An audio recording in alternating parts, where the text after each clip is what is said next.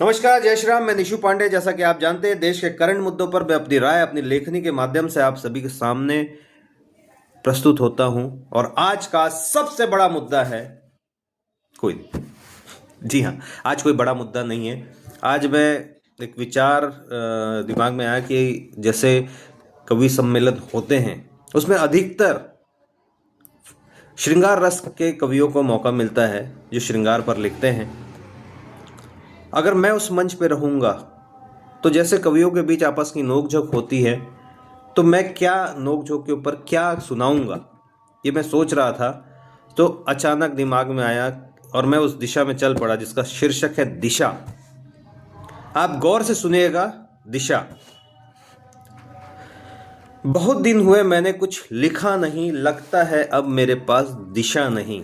धर्म, संस्कृति, आध्यात्म और विधर्मियों के कुकर्म के सिवा मुझे कुछ और दिखा नहीं।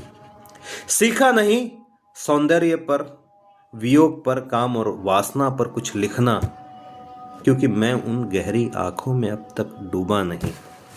बहुत दिन हुए मैंने कुछ लिखा नहीं, राष्ट्रवाद और सनातन के सिवा मुझे कुछ और दिखा नहीं। लोग लिखते हैं अश्लीलता, फिर हमारे ही समक्ष उसे पढ़ते हैं।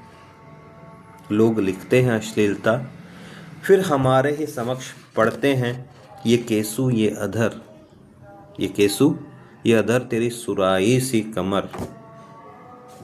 ऐसे शब्दों के सामाजिक अस्तित्व पर मुझे लगता है वो तीर जिसमें बूझा है जहर। इस दिशा में चलते हुए देशभक्ति की भावना भी जाती है मर। नारी की देह पर रहती है ऐसों की नजर। जी हाँ, राष्ट्र की समस्याओं पर नहीं, राष्ट्र की समस्याओं पर नहीं, नारी की देह पर रहती है ऐसों की नजर। बहुत दिन हुए मैंने कुछ लिखा नहीं, लगता है अब मेरे पास दिशा नहीं। धर्म, संस्कृति, आध्यात्म और विधर्मियों के कुकर्म के सिवा मुझे कुछ और दिखा नहीं। जय श्री राम।